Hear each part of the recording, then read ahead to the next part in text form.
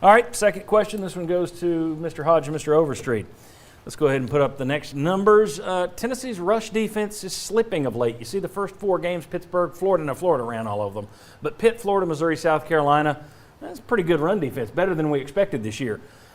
It seems to be getting worse here over the last month.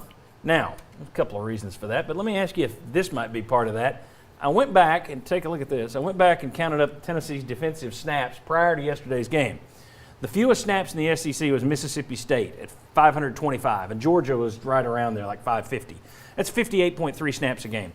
Tennessee was the most in the SEC going into yesterday, 716 snaps played, 80 a game. If you base that off 58.3 snaps a game, Tennessee's defense has played the equivalent of 3.5 more games than Mississippi State. Only 5 teams in the country have played more snaps than Tennessee's defense.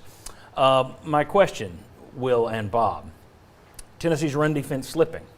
Is it because of that, or is it simply because you played your 4 best opponents, or 4 of your 5 best opponents in a row in the last month? Well, I could say it's a little bit of both, but I would put it more towards you're getting towards this part of the season. I always know when you're playing, when you have a team that's taking this many snaps early on the season, look at the end of the season, you're always going to see their yards per carry go up. It's just a matter of time. They're going to get worn down, and as the games go on, they're playing this many more games, you're just going to see it compile. South Alabama is going to do better than some of those people when they shouldn't have a chance. But they're going to average a little bit more than you'd be like, how did they do that? It's going to happen. Vanderbilt's going to do a little bit better than some of those people, like a Missouri. So it's going to happen at this point in the season. They've taken too many snaps. If you look at high school players that go to college, oftentimes they hit a wall because they've played more games.